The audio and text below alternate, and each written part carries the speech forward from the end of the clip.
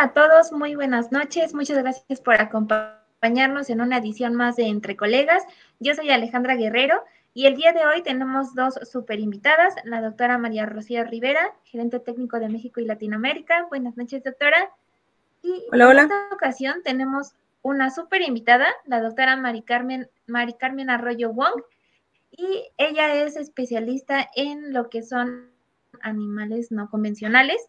En el día de hoy vamos a estar hablando sobre pues, las nociones básicas de medicina en animales no convencionales. Doctora, muy buenas noches, adelante. ¿Qué tal? Buenas noches, ¿cómo están? Hola, hola. Muy bien. Doctora Mari, un gusto tenerla aquí en esta noche, en esta edición. Es un programa súper interesante porque todos los que nos hemos llegado a dedicar o nos dedicamos a la clínica, pues siempre tenemos esta consulta con los animales que antes se les decía exóticos, ¿no? Y que Así es. bueno, pues para arrancar este programa me gustaría preguntarte cuál es el término correcto que se le tiene que dar a estos animales, ¿no? ¿Cómo es que se les debe de nombrar adecuadamente? Bueno, primero, muchas gracias por invitarme y sí, es un tema bien controversial porque inicialmente nos conocíamos como incluso médicos de exóticos, pero actualmente ya los que nos dedicamos a medicina de pequeños exóticos se determina correctamente animales de compañía no convencionales porque prácticamente todos los que vemos son animales de compañía. Entonces ya la medicina de exóticos pues ya se le deja principalmente a los médicos que se dedican a fauna silvestre, que era también la medicina de fauna silvestre la que se conocía. Ahorita nosotros somos medicina o somos médicos de animales de compañía no convencionales. Excelente.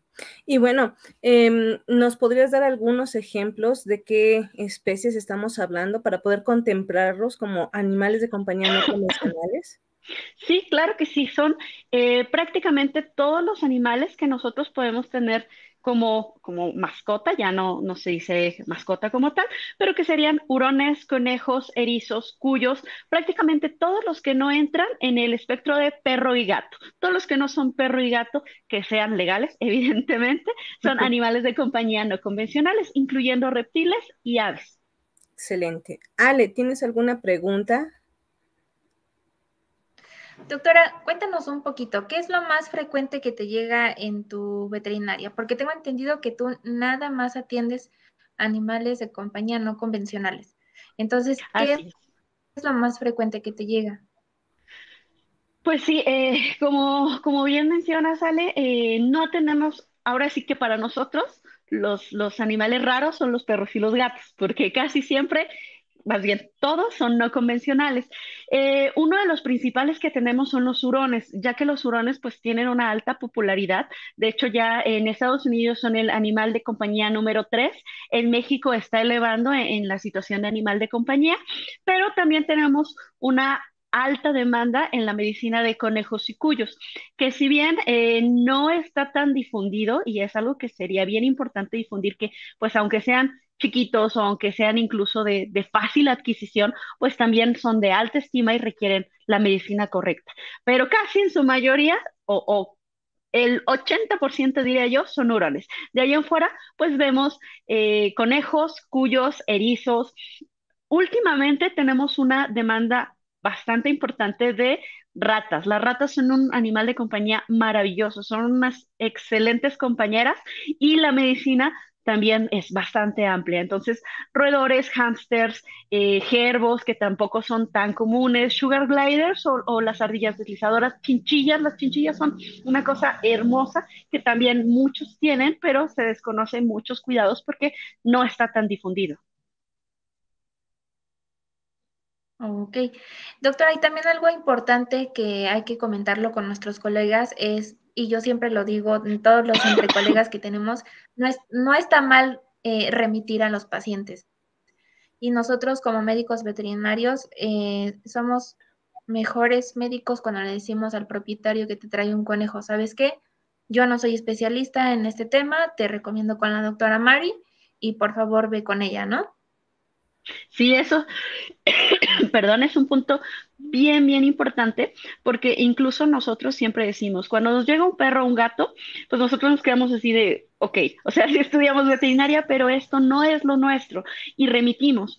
Eh, todos los no convencionales, aunque si bien la medicina básica tendría que ayudar, estos es un mundo aparte. O sea, todo lo que aprendimos en la escuela lo tiramos a la basura y lo volvemos a aprender, porque tanto en fisiología como en medicina como en comportamiento son una cosa totalmente diferente. Entonces, sí hay una importancia bien grande en remitir, especialmente porque los animales de compañía no convencionales tienen evoluciones muy rápidas. Entonces, aparte de ser la mayoría presas, digo, si quitamos a los hurones, que los hurones son carnívoros estrictos, la mayoría son presas, entonces enmascaran su signología y podemos suponer que es una cosa, pero al final resulta ser otra. Entonces, la complicación se va haciendo cada vez mayor y cuando ya llegan con nosotros no podemos hacer mucho debido a que enmascararon todos los signos. Entonces, sí, remitir es súper importante y nos ayuda pues a salvar más vidas.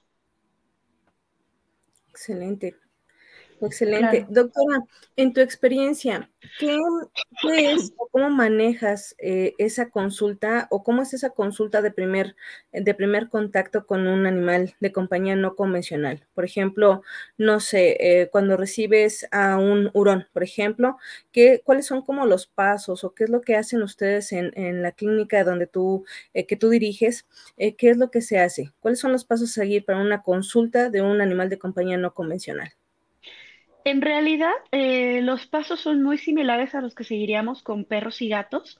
La diferencia inicial es que el primer acercamiento creo que es muy similar a lo que se hace con gatos, que es realizar la anamnesis sin manipular al animal, ¿no? Que el animal se quede ya sea en la transportadora, en algunos los traen en los brazos, que nunca es lo ideal, pero pues bueno, que se quede con el propietario y empezar a hacer pues las preguntas iniciales, antecedentes, qué comen, en dónde viven. Esto es bien importante en no convencionales. Muchas veces con perros y gatos no es un determinante en dónde viven o qué sustrato usan o qué temperatura tienen.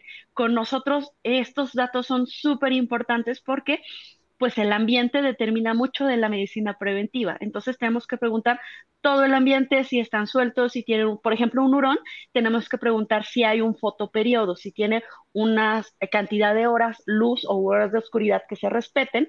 En caso de que no se respeten, bueno, nos lleva a diagnósticos diferenciales. Ya una vez que tenemos la anamnesis, pues ya procedemos a hacer un examen físico general. En el caso de los hurones, por ejemplo, el examen físico general es muy similar al que se haría en un perro o en un gato. Se hace sistemáticamente de cabeza a cola y ya una vez que tengamos pues toda esta información, pues ya seguimos con los famosos y horrorosos ECOPS y SOIPS que bueno, ya nos lo sabemos más que de memoria. Ok, perfecto. Doctora, ¿cuál es, digamos, el problema más común que te llega con este tipo de animalitos? Me refiero, por ejemplo, problemas en cuanto a nutrición, en cuanto a endocrinos. ¿Qué sería como lo más común que llegan contigo? Esa es una pregunta excelente, porque podría yo dividir la respuesta en dos partes. Una de los principales problemas sí sería nutricional, y esto es desconocimiento desde el momento de adquirir la mascota hasta en el punto en el que en las tiendas, en las redes, en los grupos, muchas veces se difunde información que no es adecuada. En un ejemplo, pues creo que bastante común son lo que decía hace rato, los hurones son carnívoros estrictos.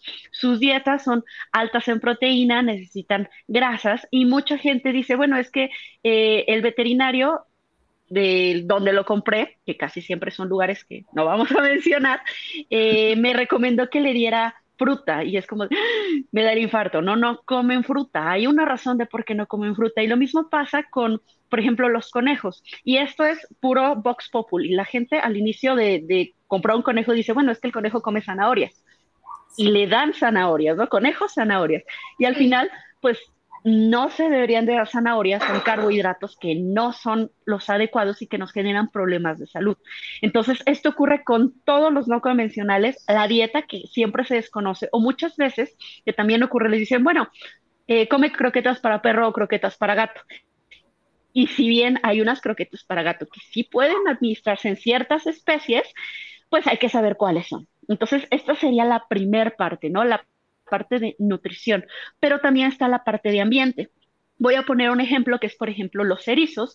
Los erizos son de climas tropicales, son muy cálidos y muchas veces no se mantiene una temperatura adecuada y tenemos problemas a largo plazo con estos chaparritos por no tener la temperatura. Lo mismo pasa con los reptiles. Los reptiles son un punto y aparte, o sea, cada reptil requiere humedad, temperatura, condiciones, incluso las tortugas que son súper comunes que ahorita, bueno, ya hay más regulaciones, pero antes se compraban tortugas en cualquier mercado sobre ruedas, 15, 20 pesos, y los niños las tenían en sus tortugueros.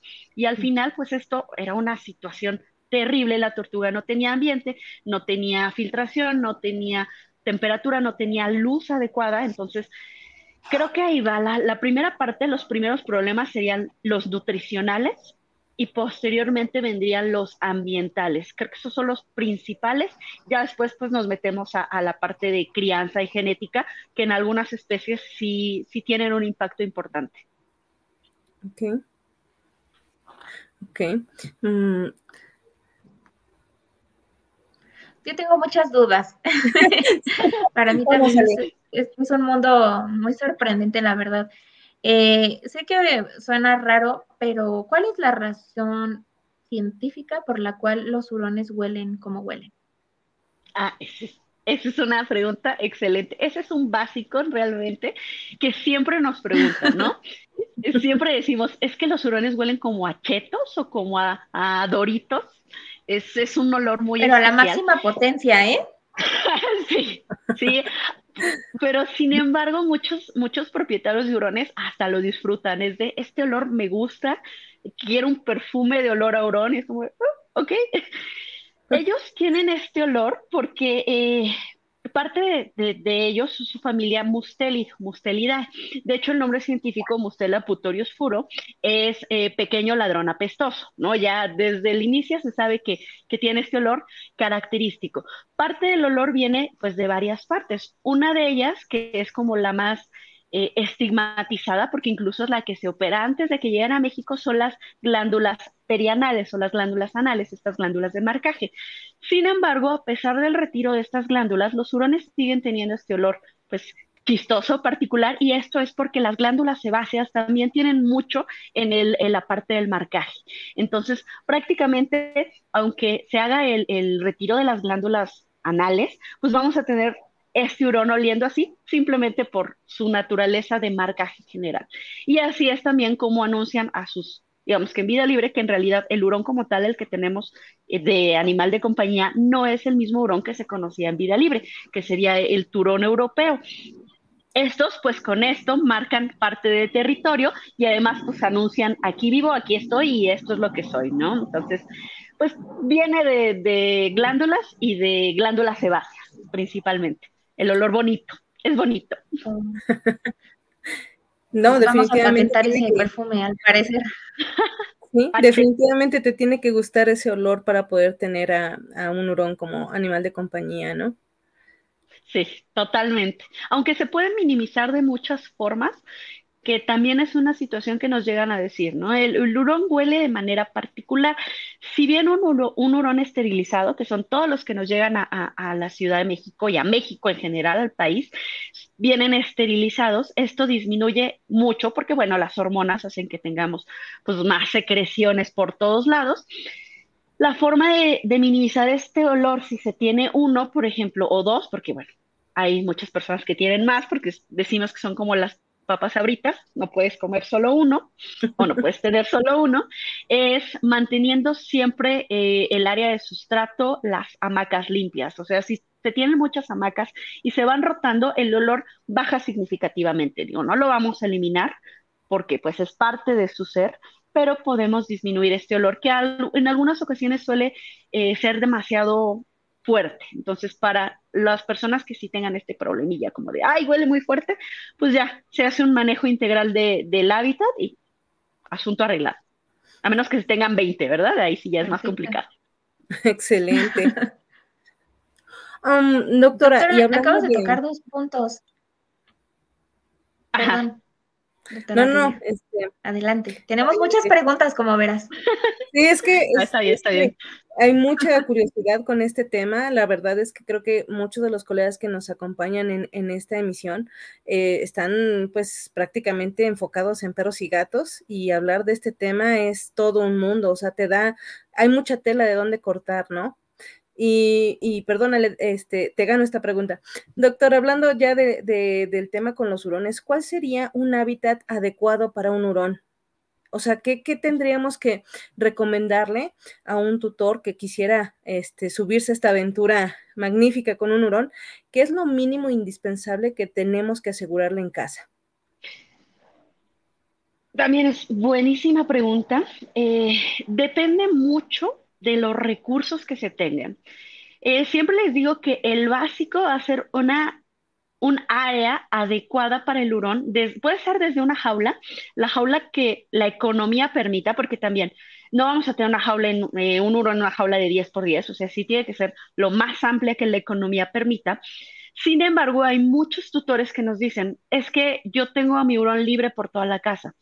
Tampoco sería lo recomendable porque los hurones tienen una personalidad muy inquisitiva, muy curiosa. Entonces, si tenemos un hurón libre, la posibilidad de que haga un destrozo o que se lastime es amplia. Hay muchísimos casos de hurones que tienen lesiones importantes porque se avientan de terceros a quintos pisos, octavos pisos. De hecho, yo tengo por ahí una chaparrita adoptada que se aventó de un octavo piso. Entonces, hay consecuencias. Hay desde los que se han metido a lavadoras, se han metido a coladeras, se han metido a refrigeradores. Entonces, son tan chismosos, creo que esa es la palabra, son tan chismosos que lo ideal es siempre tenerlos observados y vigilados. Vamos a suponer, desde el menor punto, pues tenemos un área, una jaula acondicionada para ellos. En caso de que pues se tenga la situación, la habitación correcta, pues entonces ya podemos tener un cuarto, por ejemplo, un cuarto adaptado que no tenga cables, que no tenga, por ejemplo, corrientes o ventanas o sitios donde puedan escapar, porque también es bien importante comentar que donde quepa la cabeza del hurón, cabe el hurón. Entonces, en el momento en el que el hurón meta su cabeza así en un hoyito chiquitito, se puede escapar. Y el hurón, a diferencia de un perro o un gato que tienen la noción de dónde está su casa, el hurón no, el hurón se va. Y si adicionamos que el hurón es un animal no convencional, si alguien lo ve, difícilmente va a devolverlo. Entonces, ya que tengamos la parte básica del lugar acondicionado, pues ya podemos platicar ahora qué necesita. Los hurones, lo que sí, y tengo que comentar, son súper limpios. Ellos buscan un lugar para hacer sus desechos, digamos, sus pipí, popó, y pueden utilizarse areneros o esquineros.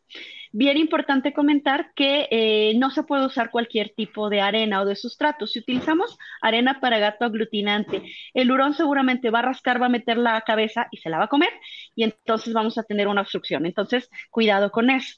Arenas de preferencia que sean, me voy a hacer para acá porque me quedé sin pila y me voy a conectar, listo. Arenas de preferencia que sean naturales, biodegradables o sustratos base papel. Evitemos acerrín o el viruta, eso ya no se usa, son malísimos para todas las especies, esos no. Hamacas, eso también es bien importante, los hurones disfrutan estar en hamacas, les encanta, y si podemos adicionalmente ofrecer zonas oscuras para que tengan su foto periodo sería lo ideal.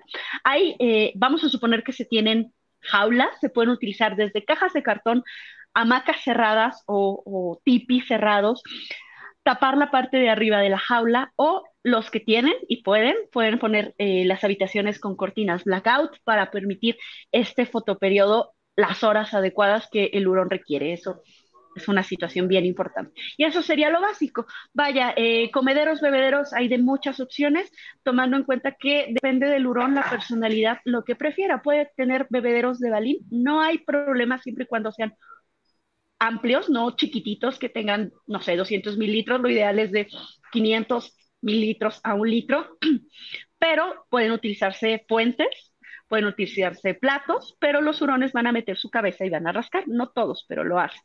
Y platos, de preferencia platos que no se volteen, porque también les encanta hacer un tiradero con la comida si pueden voltear el plato. Entonces creo que esto sería como lo básico de ambiente. Ya lo demás, juguetes o tubos o no sé, laberintos, enriquecimiento, ese ya sería, aparte, sería un extra, pero lo básico sería eso.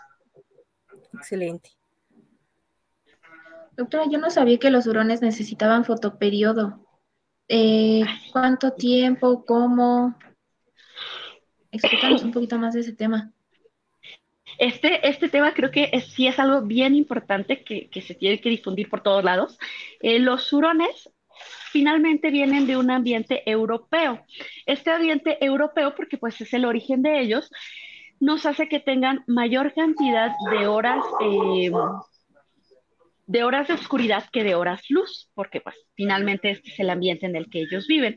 El problema cuando llegan a un ambiente tan tropicalizado como es México, es lo que siempre les explico a los propietarios, somos cálidos, somos tropicales, tenemos mucha luz todo el tiempo. Los hurones fisiológicamente, cuando tenemos una cantidad de luz mayor a la que están acostumbrados, el cerebro empieza a mandar señales reproductivas. Sin embargo, pues todos los hurones que están en México están esterilizados y no tienen el órgano blanco, que sería testículos o ovarios, para tener estas señales de reproducción. Entonces entrarían en un celo constante en caso de tenerlos. En caso de no tener estos órganos, pues hay otra cosita, otra pequeña cosita molesta que genera hormonas. Esta es la glándula adrenal. Entonces, cuando tenemos una cantidad de horas luz constante, que esto nos involucra hasta las luces artificiales, las luminarias, la televisión, todo, la glándula pineal recibe esta señal y dice, a mí no me importa, yo tengo que reproducirme. Y a mí no me importa que estés esterilizado, mándame estas hormonas. Y entonces genera una enfermedad o predispone a una enfermedad que se llama enfermedad adrenal. Entonces tenemos huroncitos que tienen una alta cantidad de hormonas que no están siendo controladas, que generan anemia plástica en las hembras, que generan prostatitis en los machos, y vemos estos hurones que alguna vez me dijeron que eran hurones egipcios, ¿no? Son hurones calvos que realmente tienen una enfermedad. Entonces, para evitar esta enfermedad hay que respetar el fotoperiodo. Es importante mencionar que los hurones pueden llegar a dormir hasta 20 horas al día, 23 horas al día, o sea, duermen muchísimo, vida de hurón maravillosa, todos Qué queremos envidia. ser hurón. Sí, entonces el fotoperiodo mínimo de horas luz que tenemos que tener, más bien de horas de oscuridad, tendría que ser mínimo de 10 horas. Ideal hasta 16 horas, ¿no? Esto puede ir variando conforme y la disponibilidad que tengamos. Si podemos obtener las 10 horas de oscuridad, estaría excelente y las demás pueden ser intercaladas, es decir, no seguidas, pero por lo menos unas 10 orillas de oscuridad serían ideal para disminuir la predisposición de enfermedad adrenal. No siempre la podemos evitar, porque a veces pues está la genética y a veces pues hay otros factores involucrados, pero si se puede conservar el fotoperiodo, esto nos da un plus y un más para evitar esta enfermedad. Excelente. Sí, definitivamente, qué envidia. Quisiera ser hurón. Sí, definitivo. Entonces, doctora, ¿un hurón pasa, o sea, duerme más que un gato inclusive al día? Sí, duermen muchísimo. Incluso una de las preguntas que nos hacen frecuentemente antes de adquirir un hurón es, yo por ejemplo, nos dicen, yo trabajo todo el día o yo soy estudiante y nunca estoy en casa, ¿se recomienda un hurón? La verdad es que sí, porque los hurones son mucho de hábitos que se van hacia pues, sus propietarios y la mayoría, y me involucro yo, porque yo cuando era estudiante, pues en realidad sabemos, ¿no? Los que estamos en veterinaria nunca tenemos tiempo de nada, siempre estamos del tingo al tango, y en la escuela es entrar a las 7 de la mañana, salir a las 9 de la noche, entre las prácticas, entre las clases, entre todo, y muchas veces, pues el perrito pues necesita que se saque a pasear, necesita como más atención. Los gatos son muy independientes, eso sí tengo que decirlo, los gatos sí son bien independientes, pero me preguntan, ¿el hurón puede funcionar? Y sí, porque el hurón prácticamente todo el tiempo que estemos trabajando va a estar dormido, va a vivir su vida durmiendo. Esto es importante mencionarlo, que la comida tiene que ser a libre acceso, porque ellos van a comer en cuanto se despierten, metabolismo 4 horas, comen, duermen, comen, duermen. Esto varía porque, bueno, los jóvenes despiertan más, son mucho más activos, los viejos duermen más, pero sí, en general están dormidos prácticamente todo el tiempo. Llegamos nosotros de nuestras actividades, ponemos tener entre 2 a 4 horas de juego con ellos y ellos están felices con eso. La verdad es que lo disfrutan bastante. Incluso cuando muchas personas me comentan, bueno, es que yo lo tengo suelto en su juguete, en su corralito, y está un ratito jugando y luego ya se durmió en el tubo. Es como, es normal, ¿no? Es un hurón, ellos viven para dormir y es la vida que envidiamos, pues todos, ¿no? Queremos ser un gato hurón por ahí. Sí. Sí, claro. Doctora, a mí como médico veterinario, algo que me preguntan mucho es, ¿los hurones se vacunan? Sí, definitivamente sí. Los hurones son una de las especies que requieren vacunas sí o sí. Las vacunas básicas que vamos a tener con hurones es moquillo y rabia. El moquillo es digamos que la misma, el moquillo, el distemper canino, les puede dar a los hurones. Entonces, si hay una posibilidad de exposición, ya sea porque tengamos cachorritos de perro o porque acariciamos a todos los perros afuera o porque trabajamos en un lugar donde tengamos este manejo de perros, nos obliga a vacunar contra distemper o moquillo canino. La de rabia, esa parte de que pues es de ley para todos los mamíferos, esta tiene que ir sí o sí. Hay algunos en los que no es necesario, pero en la mayoría de los mamíferos se necesita. Pues se tiene un protocolo, por ejemplo, de los bebecitos tienen que tener una vacuna, 2 refuerzos de moquillo y luego la de rabia. Ya cuando sean adultos, una vez al año, a menos que presenten una reacción, porque esto también es importante mencionarlo. Una de las complicaciones que llegamos a tener con esta especie es que tristemente, y lo digo abiertamente, tristemente, las vacunas específicas para la especie no llegan a nuestro país. Llegaron hace algunos años, sin embargo, dejaron de traerlas, lo cual pues nos complicó un poquito a los que necesitamos esto, nos complicó un poquito la vacunación. Sin embargo, hay vacunas, hay algunas marcas en específico que pueden ser usadas en hurones. Sin embargo, el riesgo es que pueden tener una reacción alérgica y esta reacción alérgica va desde súper leve hasta severa. Adiós, bichín. Entonces, como recomendación a todos los colegas es que siempre que vacunen a un hurón, se tenga mínimo entre 30 minutos a 60 minutos en el área de consultorio. Esto es para poner algún antihistamínico previo en caso de que lo requiera, observar que no se tenga ninguna reacción y si se tiene una reacción inmediata, que sería dentro de los primeros 30 minutos, actuar a tiempo. ¿Qué vamos a ver en reacciones inmediatas? Vamos a ver, por ejemplo, hipoxia, podemos ver mucosas moradas, podemos tener diarreas sanguinolentas, podemos tener depresión, digamos que desde lo menos vamos a tener náuseas, vómito y diarreas, hasta lo máximo que ya va a ser hipoxia, vamos a ver las mucosas cianóticas más que moradas azules y ya podemos llegar a paros cardiorrespiratorios. Entonces, pues si nosotros aplicamos antihistamínicos a tiempo, vamos a evitar como todo este camino de un mal rato por un hurón con una reacción anafiláctica severa. Entonces, también como recomendación, siempre tener pues elementos de emergencia, tubos endotraqueales, que también es un punto y aparte porque no es tan complicado intubar a un hurón, sin embargo, pues sí requieren tubos de un calibre mucho más pequeño del que estamos acostumbrados y tener oxígeno ese, aunque sea con mascarilla, nos va a hacer la diferencia y pues algunos elementos como atropina, epinefrina y los antihistamínicos, tanto los normalillos como los que son esteroides, eso nos puede ayudar bastante. Entonces, creo que me extendí un poquito, pero creo que esas serían las recomendaciones. No, excelente, excelente. Creo que toda esta información que nos acabas de dar, yo te podría decir, pues yo solo sabía que sí se vacunaban, pero no tenía la idea de que pudieran reaccionar tan severamente, ¿no? Y me imagino que tiene que ser un tema de vehículo y tiene que ser un tema principalmente de eso, es a lo que reaccionan, porque inclusive luego tenemos estas reacciones en felinos, en caninos, que bien se sabe que es en algunos casos por el vehículo.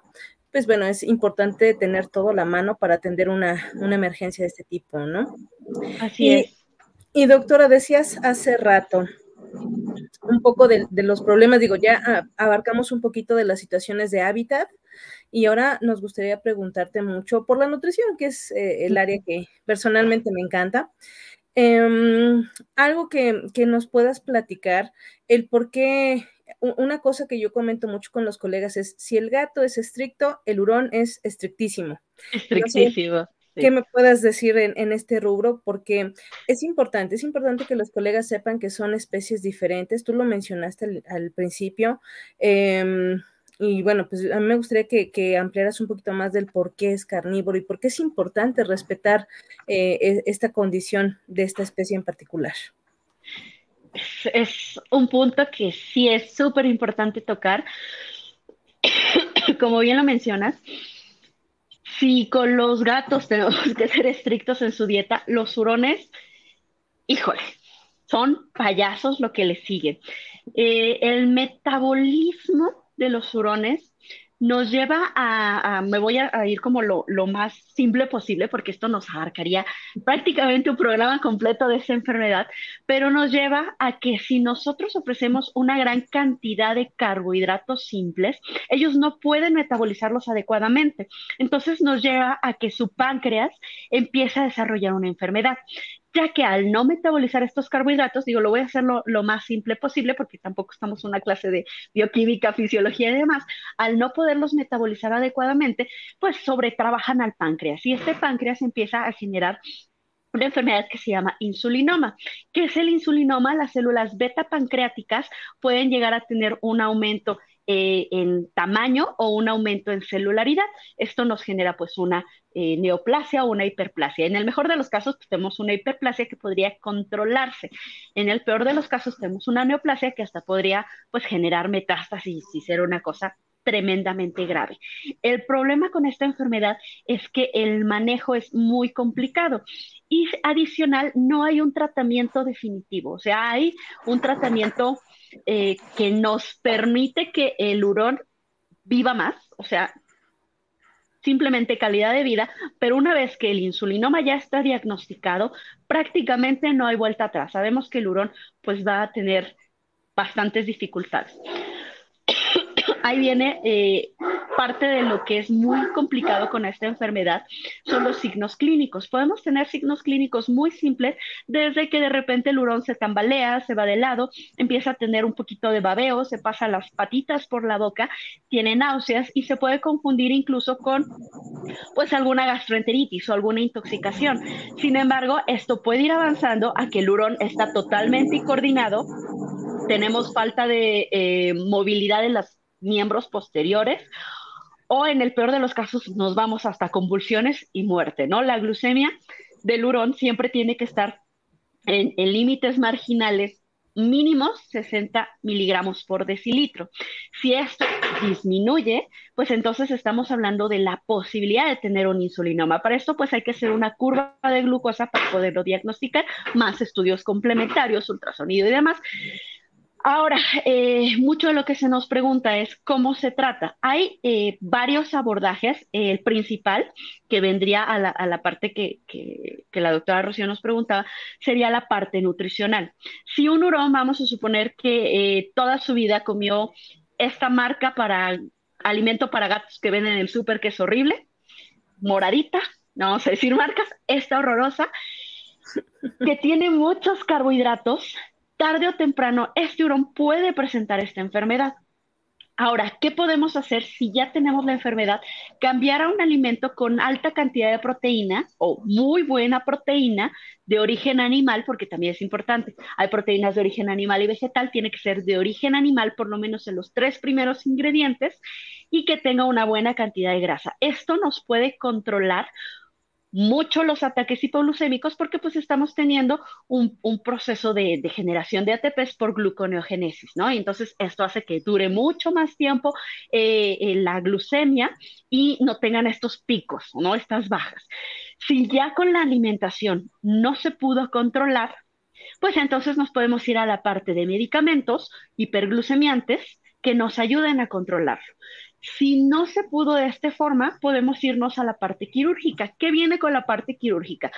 Yo tenía un maestro de cirugía que me decía, el páncreas se opera con los codos, o sea, te toca lo más mínimo posible porque es bien payaso. Entonces la pancreatitis o si lo hacemos de más la diabetes va a estar ahí. ¿Qué podemos hacer? Bueno, si hay dos tipos de presentación del insulinoma, no me voy a enfocar como demasiado, pero una sería la difusa en la que no vamos a ver nada y vamos a retirar solo una parte del páncreas para tratar de disminuir este problema, o tenemos la nodular, que vamos a ver estos nódulos y los podemos retirar.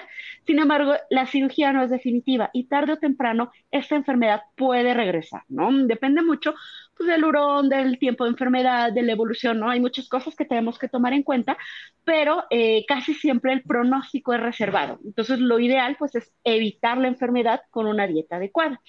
Ahora, si nos vamos a enfermedades menos dramáticas, porque el insulinoma es muy dramático, pero es súper común, pues tenemos los urolitos. Los urolitos son algo súper común que antes era más común porque no había alimentos especializados para hurón o no se tenían alimentos para gato tan buenos como los que se tienen ahora. Cuando tenemos un exceso de proteína de origen vegetal, pues se cambia el pH de la orina y este predispone a la generación de urolitos. Entonces los urolitos ahí nos dan dos problemas nuevos, ¿no? Uno que puede ser un urolito grande que se opera, cambiamos la alimentación, se acabó, o la otra que podemos tener urolitos mucho más pequeños que generan obstrucción uretral y nos indicarían generar otra cirugía, ¿no? Operar vejiga y además, pues, hacer la jarocha en condiciones coloquiales, realmente hacer una uretrostomía para Ujú. darle calidad de vida al hurón. Casi siempre lo vemos en machos. En hembras, bueno, la uretra es más corta, tenemos menos problemas de este tipo. Digo, ya si nos vamos a la parte, pues, de piel, de huesos, demás, pues es uf, muchísimo. La ventaja, por así decirlo, es que los hurones, a diferencia de nuestras especies convencionales, que son perros y gatos, su tiempo de vida es más corto. El estándar de vida es entre 6 años. Aquí en México hemos visto que muy pocos llegan a más. Lo ideal, pues, que se tiene incluso en los libros es de 8 a 10. Sin embargo, bueno, la genética tampoco nos ayuda mucho, pero pues al vivir tan poquito, pues pocas veces vemos otras presentaciones que se utilizan, bueno, más bien que se ven en otras especies. Diabetes, por ejemplo, es muy poco frecuente encontrar en un hurón, es rarísimo encontrarlo en un hurón, pero sí podemos encontrar problemas de obesidad. Y más cuando son hurones pues, que están confinados, que el propietario suele ser más consentidor con los premios, entonces es un mundo. Les digo, me extiendo, perdón. No, no, No, excelente, doctora, está excelente. súper bien. De hecho, hablando también de la obesidad, he escuchado que en erizos es muy común la obesidad. Uf, sí, sí, en erizos, el problema que tenemos con los erizos son dos cosas principales. Uno, la dieta, que muchas veces la alimentación específica para erizo o no la encuentran o no les gusta. Estos son los dos que podemos tener. Entonces, si hay alimento para gato que se puede utilizar, realmente el alimento para gato se puede utilizar para erizo.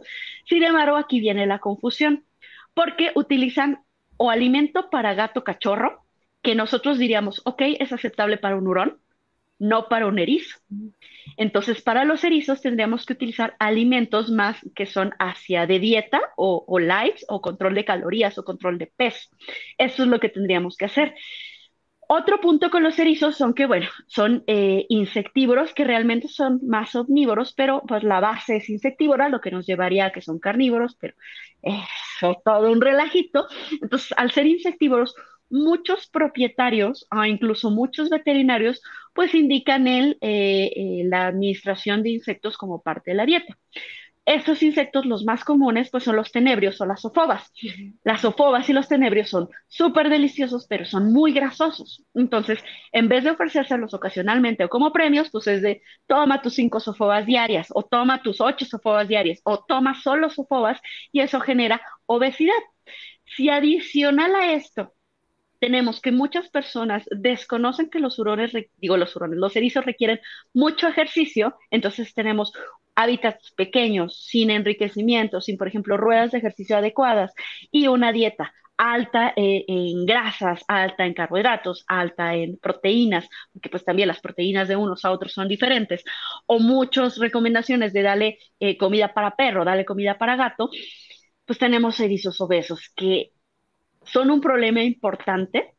Podemos tener el hígado fastidiado rápidamente en estas especies, en el mejor de los casos, ¿no? Hay otro tipo de patologías articulares, neoplasias, hoy son un mundo de enfermedades los erizos, entonces de nuevo la prevención es lo ideal. El tiempo de vida de ellos es aún más corto, o sea, tenemos un estándar de 4 a 5 años, que es más pequeño, muchos no sobrepasan los 3 años por esto mismo, entonces luego tenemos erizos que se ven súper tiernos en redes sociales porque no se pueden hacer bolita, pero en realidad tienen un grado de obesidad, hipertensión, problemas generales e incluso cuando tenemos neoplasias uterinas, que también son bien comunes en erizos, no podemos operar porque la grasa nos está dando un problema gigante. Entonces, son gorditos, pero no son felices. A lo mejor es tener una dieta adecuada y controlarlos mucho. Este también es otro problema. A diferencia, por ejemplo, los hurones, que son a libre acceso, todo el tiempo tienen que comer.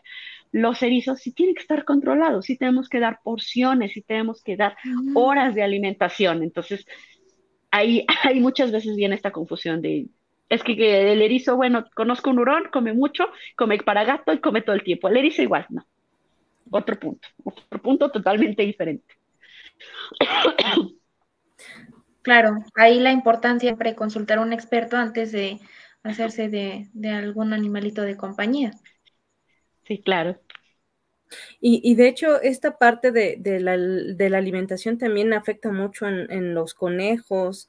Por ejemplo, ahorita que mencionabas, ¿no? Que esas caricaturas de niños que siempre nos ponen al conejo gris con su zanahoria y preguntando, ¿cómo estás, viejo? Ok, de nuevo, viejo. Que de nuevo Este, viejo. de nuevo, viejo, desafortunadamente, pues nos lleva a que se dé una mala alimentación en los conejos, ¿no? Y en este sentido, doctora, en los conejos, ¿qué es lo más importante a proveerle en su alimentación cuando tenemos un conejo en casa? Porque fíjate que una de las preguntas que me hacen mucho es, ¿le puedo dar este alimento para conejos en producción para consumo humano? Y es como de, Sí, no, por claro. favor, no. Sí, totalmente. Es muy común que lleguen los conejos a consulta con un buen de problemas de dientes, digestivos, de obesidad, porque están muy acostumbrados a estas dos partes. Uno, yo veía en la tele que comen zanahorias, les damos zanahorias, o el famoso día del plátano, que como me daba en el... ah, En el me hígado. daba mucho, sí, sí, sí, en todas estas partes. Y él compré el alimento en el mercado y me dieron de este que dicen que es para conejo.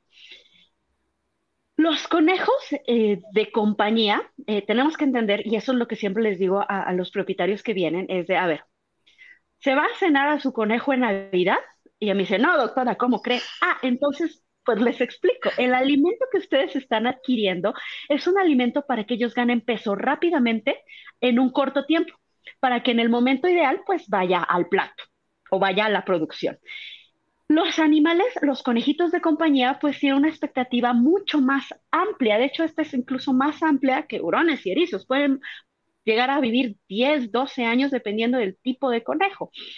Si tenemos un conejo con una mala alimentación basada en, vamos a irnos al alimento comercial, que la mayoría, la base es alfalfa, pues vamos a tener muchísimos problemas. Y ahora, vamos a la parte como desmenuzando un poquito la dieta de conejo. La base del conejo siempre tiene que ser alta en fibra. ¿Dónde vamos a conseguir esa fibra? En los henos, en los pastos. Muchas veces me dicen, ay, doctora, pero es que el pasto se ve bien feo. ¿De dónde va a obtener los nutrientes? Es, ok, el conejo tiene la anatomía y el metabolismo para que este pasto que se ve horroroso lo pueda aprovechar al máximo. Les explico incluso, y eso funciona muchísimo en consulta, que les digo, bueno, ellos tienen unos esclavos en su sistema digestivo, que son muchas bacterias, que se dedican a deshacer esto que se ve horrible para comerlo, consumirlo y aprovecharlo. Y adicional, tienen una segunda vuelta, que son los ecotrofos, para volver a aprovechar este alimento. ¿Y por qué el pasto? También a veces me pregunta, es que no le gusta, ¿no? Es que está feo, es que está seco. ¿Por qué el pasto es tan importante? Los henos altos en fibra, lo que nos ayudan, uno, es los dientes. Las zanahorias, las calabacitas, toda esta verdurita súper blanda, no nos da una buena movilidad de los dientes. Siempre les digo, imagínense que el conejo tiene unos dientes que crecen todo el tiempo, todo el tiempo. Lo que necesitamos es desgastarlos. ¿Cómo se desgasta un diente? Pues trabajándolo. Cuando masticamos de arriba para abajo, no hay ningún tipo de desgaste. En cambio, cuando tenemos un heno o un pasto, lo que le llaman el pasto grosero, el heno natural, lo que vamos a hacer pues es que la dentadura empiece a trabajar para poder deshacer la primer parte de la digestión, deshacer este heno y poderlo metabolizar. Cuando tenemos esto, pues no tenemos un sobrecrecimiento. Sin embargo, cuando va de arriba abajo, vamos a tener un sobrecrecimiento dental. Los incisivos inferiores van a crecer hacia la boca y los incisivos superiores van a crecer hacia los cachetes. Y esto nos va a generar, primero el de los cachetes, pues un dolor constante en los carrillos porque los va a irritar. En cambio, en la parte de abajo, cuando crecen, podemos llegar hasta entrampar la lengua y la lengua no se mueve. Y esto genera un problema mayor porque pues el conejo no quiere comer, no se quiere alimentar, empieza a salivar. Esto, digamos, una maloclusión grados de 1 al 2. Pero si nos vamos del 3 en adelante, las raíces que no pueden crecer hacia arriba crecen hacia abajo y empiezan a sobrepasar los huesos mandibulares, generando mucho dolor, generando incluso pronósticos totalmente reservados que ya no pueden ser tratados. Entonces, ahí viene la primera parte de la dieta. Segundo, la fibra con los senos nos ayuda pues a la movilidad del sistema digestivo y esto nos permite pues que los conejos trabajen bien, ¿no? Los conejos y los cuyos y las chinchillas trabajen su sistema digestivo adecuadamente y que no tengamos problemas como estasis intestinal o disbiosis, porque también siempre les digo que de panza los conejos cuyos chinchillas son de, me siento mal, se me paralizó el intestino, me llené de gas, me morí, ¿no? En muy poco tiempo. Entonces, esto nos previene que tengamos estos problemas y que tengamos una digestión adecuada. Entonces, la dieta del conejo, digo, tendría que ser, a menos que la doctora Rocío ahorita me corrija y me diga, estás diciendo puras tonterías, tendría que ser un 80-90% heno. Podríamos manejar 20 a 10, dependiendo de los manejos que se hagan, ya hojas verdes. Y ahí viene la parte de que tienen que ser hojas verdes. Si quieren dar zanahoria, siempre les digo, no se preocupen, agarren las hojas de la zanahoria y estas y se las dan. La zanahoria para su ensalada. Las hojas de zanahoria son lo que comen. Las hojas de rábano, diferente tipo de hojas. Y ahí viene una restricción particular, que sería, por ejemplo, la alfalfa, las espinacas y las acelgas. Tienen un alto nivel de calcio y el metabolismo del calcio de los conejos es totalmente diferente, y también de cuyos, es totalmente diferente al de otras especies. Entonces, suelen precipitar mucho calcio en la vejiga. Y si tenemos demasiado calcio que no pueden eliminar, pues van a formar urolitis. Entonces, limitamos estos elementos para 1 a 2 veces a la semana y por eso los alimentos comerciales que son para engordar, pues que tienen la base de alfalfa, pues tampoco se utilizan, aparte de lo que ya decía de los dientes, pues no se utilizan por la parte de que generan demasiado calcio. Y si a esto le agregamos que es para engordar y muchos de los conejos que viven de compañía no convencional, pues no tienen una actividad tan amplia, pocos son los que tienen el espacio completo, pues vamos a tener conejos pasaditos de tamales. Y el pasadito de tamales, pues nos genera pododermatitis importante. Y entonces la pododermatitis, una vez que tenemos pododermatitis, tampoco se cura. Se controla y se previene. Entonces, podemos tener pododermatitis grado 1, que ya es cuando le decimos, a ver, bájelo de peso, póngale situaciones para que tengamos pues, menos problema, pero si llevamos una pododermatitis de 3 en adelante, pues ya genera dolor, inconvenientes, tenemos que tomar radiografías. Entonces, como les decía en un inicio, la medicina preventiva en los no convencionales es lo que más se necesita. O sea, ya previniendo esto, la parte clínica toma un segundo punto porque pues, la clínica en no convencionales es complicada, pero es desfavorable en muchos casos porque ya todos los animales llegan cuando ya es muy tarde y entonces poco podemos hacer. Entonces, lo mejor es dicen antes de que se caiga el niño al pozo, mejor lo cerramos. Claro. Claro. Claro. Doctora, también otra de las cosas que acompañan la medicina preventiva, y es algo que se sabe poco o se da poca difusión en los conejos, es que las hembras específicamente, pues también sufren de muchos problemas del aparato reproductivo y que lo ideal en conejas hembras es esterilizarlas, ¿no? Entonces, también es algo que no le damos mucha difusión. Sí, eso es bien importante. El problema con los no convencionales es que creo que hay mucho miedo al manejo de los mismos, porque si bien, como comentaba, son delicados y son tiquis, entonces la anestesia es una anestesia muy particular, pero con un manejo adecuado se pueden tener resultados muy buenos. Los conejos hembras sí podemos tener pues problemas de pseudogestación, podemos tener neoplasias, podemos tener problemas incluso de comportamiento en hembras, en machos. La esterilización de manera electiva o preventiva es bien importante, pero no solo en conejos. Digo, no vamos a hablar de los hurones porque ya les comentaba que ellos vienen esterilizados de origen por una situación principalmente legal, pero los conejos se tendrían que esterilizar, los cuyos se recomienda esterilizar. En el caso de los cuyos, vamos a tener quistes ováricos frecuentemente, que también pues, son un tema importante porque se ven hasta que ya son de edad avanzada y la cirugía pues corre más riesgos pues, cuando son gerontes. Los erizos, las erizos hembras, prácticamente erizo hembra que veo, digo, hay que esterilizar porque la neoplasia es must. Casi, vamos a poner números para que sea como más entendible.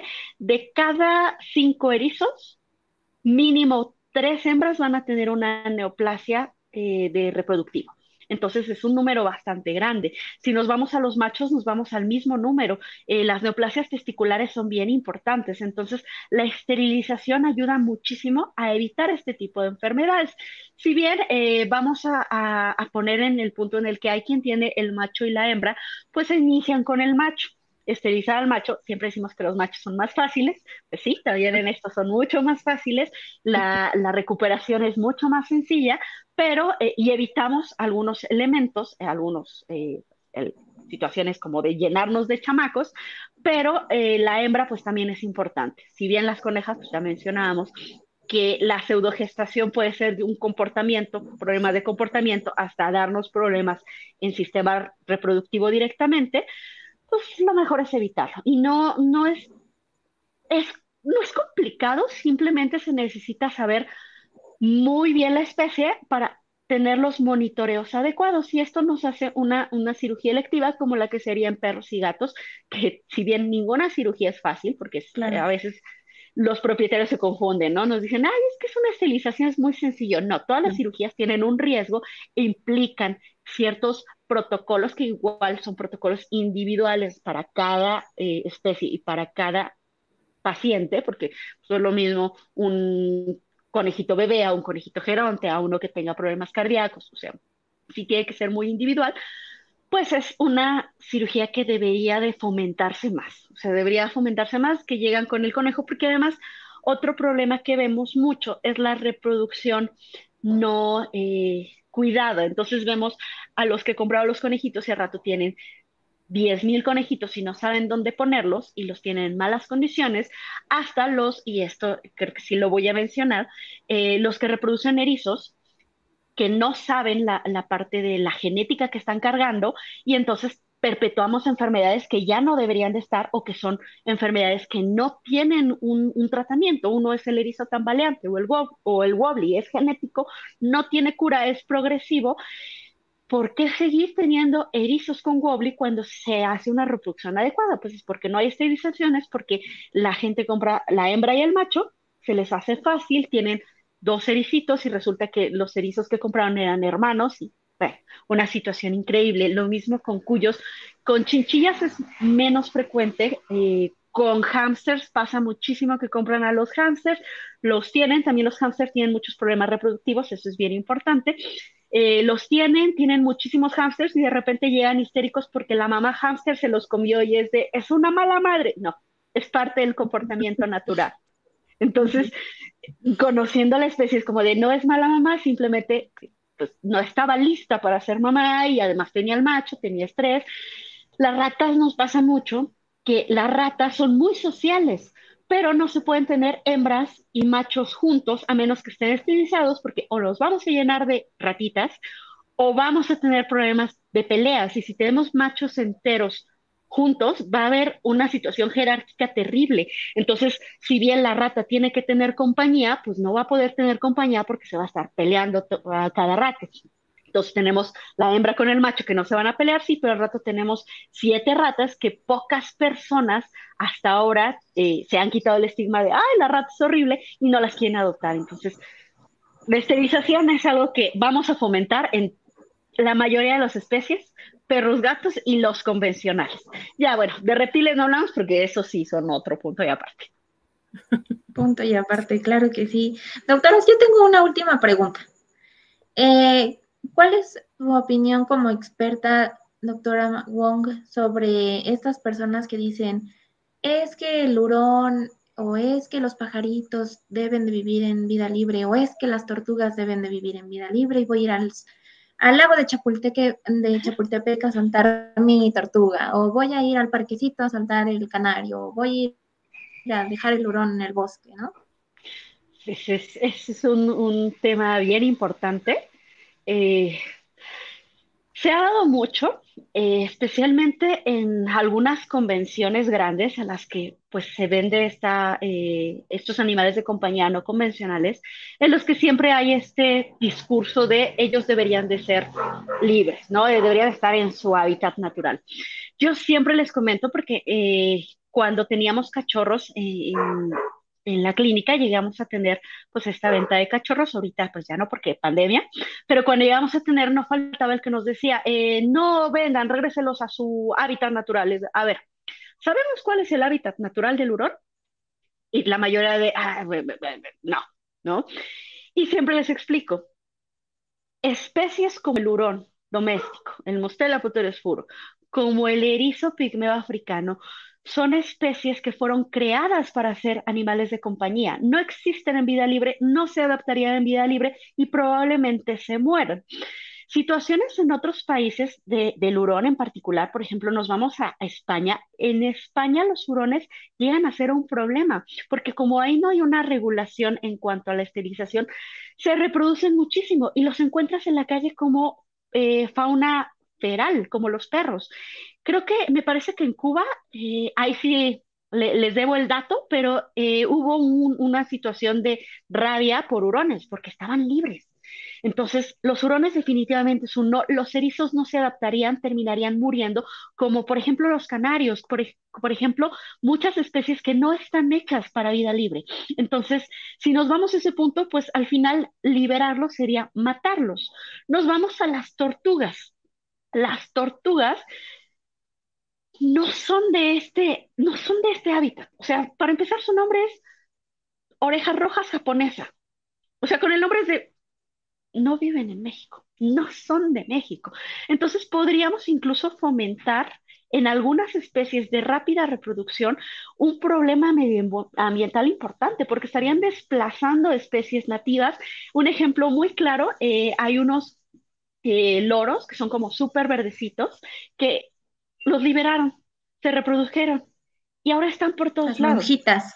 Exactamente, las monjitas, ese, me faltaba el nombre, las monjitas.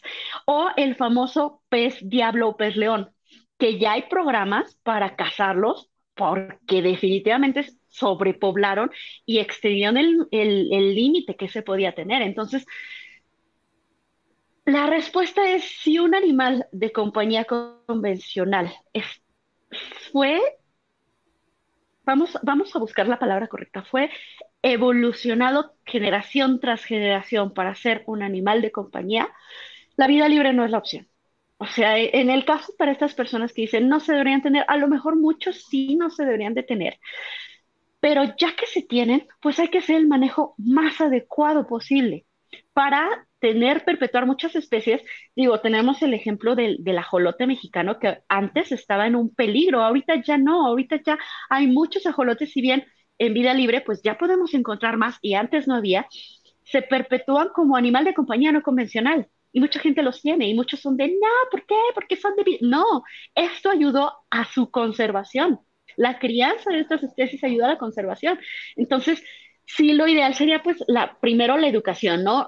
hay temas en los que nunca vamos a acabar de discutir o de pelear o de ser controversiales porque pues finalmente cada cabeza es un mundo y muchas veces la educación es complicada, pero con las bases correctas, pues podemos tener esta educación y perpetuarla, saber qué tipo de especies son las que sí se pueden tener, qué tipo de especies no se deben perpetuar, porque hay muchas que, es que tiene permiso, sí tiene permiso, pero no es adecuado, no es posible, es complicado o vamos a alterar el estado natural de la especie. Ahí sí, pero en especies como erizos, hurones, cuyos, conejos, tortugas, iguanas, que hay años, añísimos de evolución, de adaptación y de conocimiento, pues la respuesta es un mejor informamos a la persona de qué se tiene que hacer al respecto, creo yo.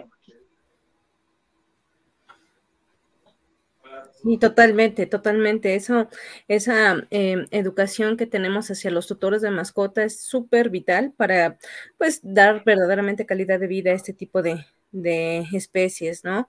Híjole, doctora, estamos ya acercándonos al final. Creo que platicar contigo ha sido súper padre. Hemos aprendido muchas cosas. Digo, hay cosas que yo manejo mucho en nutrición, pero hay otras que digo, wow, eso sí no lo sabía. Y a mí me encanta, ¿no? O sea, me encanta mucho aprender, primero de personas que en algún momento fueron compañeros míos de generación o inclusive en algún momento tuve la oportunidad de darle una clase, y ahora aprender de todos estos colegas que veo cómo se preparan y que están verdaderamente rompiéndola en grande allá afuera, para mí es extraordinario.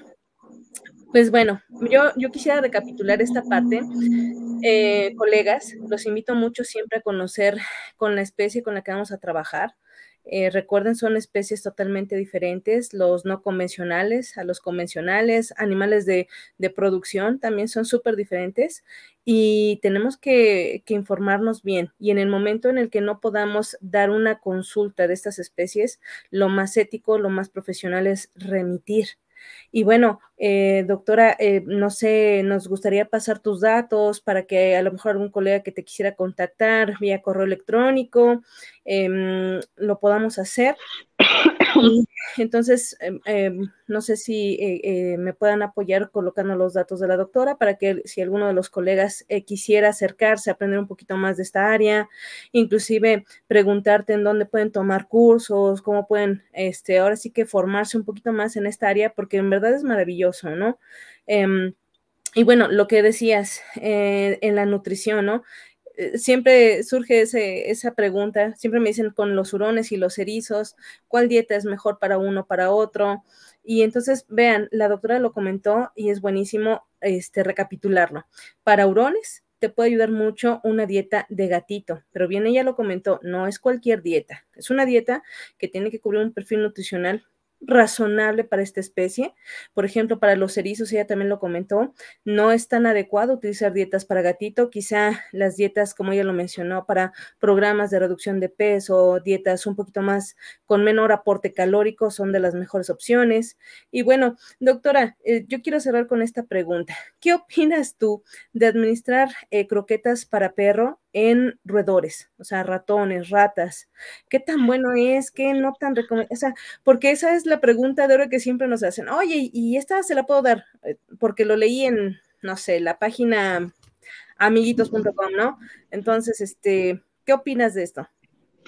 Híjole, es una pregunta controversial porque algunos roedores, no todos, son omnívoros y pueden tener una dieta más amplia. Nos vamos hacia las ratas, por ejemplo. Las ratas son omnívoras y podríamos, de cierto modo y ciertos alimentos, ofrecerlos, pero no como base de la dieta, como complemento.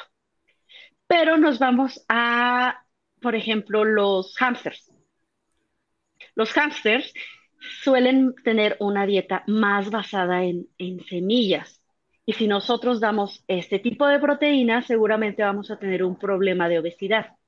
Entonces, mucho depende de la especie y del tipo de alimento en el que estemos hablando y de la inclusión que se tenga. Lo ideal sería no, ¿no? Lo ideal es ser conscientes de que existen muchas marcas comerciales buenísimas para roedores, buenísimas para ratas, buenísimas para gerbos, buenísimas para conejos, cuyos y demás, existen ya. Si bien las complicaciones las tenemos en hurones, porque pues en hurones las marcas comerciales muchas veces, y me voy a las marcas de súper, que yo he visto y luego levanto la bolsa y digo, me va a dar un infarto, esto tiene maíz y tiene trigo y tiene sorgo, o sea, esto es dieta para pues, un venado, no para un hurón. Hay elementos comerciales que nos funcionan muchísimo. Si bien no podemos encontrar el comercial, porque también me llega a ocurrir que me dicen, doctora, pues es que tal marca es importada, es carísima y no la logro conseguir. Bueno, nos vamos a marcas de buena calidad para gato. Nos vamos a otras especies como serían los roedores, que si bien quizá para la emergencia, quizá para el inicio, quizá para el complemento se puedan tener, pero de base lo más recomendable es tener un alimento adecuado, de nuevo por los dientes que crecen todo el tiempo, pues la croqueta de perro casi siempre pues son suaves, son blanditas para que el perro pueda pues, masticarlas correctamente, dependiendo de la etapa de la edad del perro, algunas pues sí tienen para deshacer el tartar, pero no son suficientemente fuertes para unos dientes de un roedor. En cambio, las croquetas para roedor, en su mayoría, pues ya tienen esta conformación para ayudar al desgaste dental. Entonces, sí es controversial porque técnicamente podría usarse. ¿Por qué? Porque hay especies omnívoras que al final el perro pues es un omnívoro.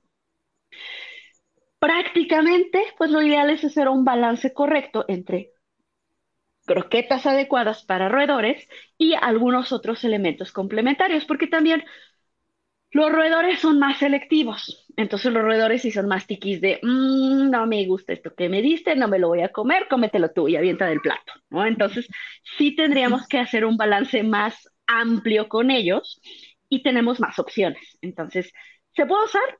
Técnicamente sí, pero lo correcto sería pues No hacerlo. buscar otras alternativas antes de. Si no hay prácticamente nada, si no tenemos ninguna marca, si la única marca es la más patito que venden en el súper y la cantidad de elementos o los elementos, la nutrición, los carbohidratos, proteínas, fibra y demás no son adecuados, pues a lo mejor podemos hacer un balance con alimento para perro, pero el alimento ideal para la especie en particular que estamos tratando. Pero pues, ¿para qué complicarnos, no? Ya hay alimentos para roedores. Hay Perfecto. algunos en los que sí nos vamos a complicar, pero otros, ¿para qué? Perfecto, totalmente. Bueno, ahí sí, doctora, nosotros trabajamos mucho con el perro como carnívoro oportunista, porque para nosotros el perro, pues sí tiene ciertas conductas omnívoras, pero no es del 100% omnívoro. ¿Ya ven? También, Yo de perros no sé. no, está excelente, pero bien lo que comentabas, ¿no? Las dietas comerciales que de repente dices traen esto, y dices, santo Dios, si para un perro no es lo adecuado, ahora imagínate para especies carnívoras estrictas, ¿no? Entonces, Sí, sí, sí. eso es padrísimo. Definitivamente. Es complicadísimo, por ejemplo, a los hurones que alimentan con croquetas para perro. Ahí sí sería un no. Cuando me dicen croquetas para gato, me mencionan algunas marcas comerciales de alta gama y digo, ok, vamos a analizar esta alta gama. Voy a hacer un comercial. Birba, que es muy bueno, en realidad nos ha dado muy buenos resultados, especialmente los alimentos de prescripción. Ya después, si quieren, hablamos de los alimentos de prescripción en hurones, pero hemos tenido muy buenos resultados. Evidentemente, pues como no es un alimento que está hecho para esta especie, tenemos que ir analizando poco a poco, pero hemos tenido buenos resultados, especialmente cuando tenemos hepatopatías o enfermedades renales. Entonces, Birbax sí, es muy bueno. Hay que tomar en cuenta que hay ciertas particularidades, pero sí, la palatabilidad, bueno, parece comercial, no lo es. No me han pagado por Birbax, no me han pagado por esto, pero la palatabilidad que en sí, los hurones son muy como los gatitos de que difícilmente aceptan un alimento nuevo, son neofóbicos. La Ujú. palatabilidad de Birback es increíble. O sea, yo me he quedado desde que lo he manejado anonadada de la aceptación que tienen, lo cual es bien complicado, lo han aceptado y para patologías específicas es un 10. Pero bueno, después del comercial, este, sí hay, pues símiles que podemos tomar o no símiles, más bien opciones que podríamos tomar para algunas especies, pero pues hay otras en las que no es necesario. Tenemos muchas más opciones, tenemos tanto comerciales como incluso hacer una dieta balanceada, no solo comercial, como en el caso de los conejos, ¿no? Entonces, Ujú. hay opciones, lo importante pues sería conocer el metabolismo, la fisiología y la especie en particular para ya poder determinar qué es lo que va a seguir o qué es lo que va a continuar con este animal en particular, ¿no? Y ya, además, pues irnos hacia lo individual, ¿no? Si ya sabemos que en lo general una dieta básica para conejo funciona, pues a lo mejor en alguna particularidad vamos a necesitar ser un poquito más específicos. Creo que sí, que Perfecto. ya me extendí otra Claro. vez, perdón. No, doctora, pero desafortunadamente a nosotras siempre nos gustaría seguir y seguir y seguir. Sí, Ya sí. vamos a tener que cerrar este programa. Doctora Mari, muchísimas gracias por estar aquí con nosotros. Nos encantó, nos tienes fascinadas. Ojalá y te podamos volver a invitar al programa porque la verdad es que eres un librito con patas. Entonces, a mí me encantó escuchar todo lo que tú nos puedes hacer en nuestro día a día. Doctora Rocío, también siempre un gusto, sus preguntas siempre muy atinadas, muy enriquecedoras para el programa. No me queda más que decirles muchas gracias. Y pues no sé, Muchas doctora. gracias. Pues muchas gracias, yo también cierro, la verdad como dice Ale, lo refuerzo, quedamos encantadas con que nos acompañaras en esta noche y ojalá que podamos invitarte en otro programa, hay mucho que hablar en animales de compañía no convencionales y Dios mío, de verdad estoy muy, muy, muy orgullosa de conocerte, de tener este acercamiento como gremio, eres súper profesional y eso nos encanta. Pues bueno, colegas, espero que el día de hoy haya sido muy enriquecedor para ustedes, que si un día se animan a incursionar en la consulta de animales de compañía no convencionales, pues lo hagamos de la manera más correcta, más ética, más profesional en pro de nuestros pacientes. Y bueno, pues doctora, no sé si quieras decir algo para cerrar. De nuevo, te agradezco muchísimo tu presencia y pues bueno, esperemos que más adelante te volvamos a tener por acá. Muchas gracias a ustedes. En verdad, a mí me gusta mucho poder compartir esto porque si tenemos las nociones básicas de estas especies, vamos a prevenir muchas desgracias. Sabemos que muchas veces colegas que se dedican a otras especies, perros, gatos, pues tarde o temprano les va a llegar. Y si les llega, por lo menos saber la parte principal antes de referir, porque muchas veces esto es lo necesario y ayuda, como decía hace unos momentos, a salvar vidas. Entre más información, entre más sepamos, pues más fácil vamos a poder manejar el primer paso y luego decir, bueno, te lo mando, pero ya está estable. Es una maravilla, ¿no? Entonces, para mí estoy súper feliz de que me inviten. Vendré las veces que ustedes quieran, con los temas que quieran. Desgraciadamente, pues este tema es su mundo aparte y además dentro del mundo hay más munditos, pero yo con mucho gusto cada que ustedes pongan y expongan, ya estoy lista para ayudarles. Perfecto. Pues muchas Te gracias, tomamos la doctora. palabra. Claro que sí. Pues muy bien, doctora, colegas, que tengan una excelente noche, cuídense mucho y pues los esperamos para la siguiente emisión de Entre Colegas. Va a estar muy interesante, no se lo pierdan. Y pues bueno, cuídense mucho, un cordial abrazo a todos y pues estamos al pendiente. Muchas gracias. Adiós, gracias. Adiós. Bye.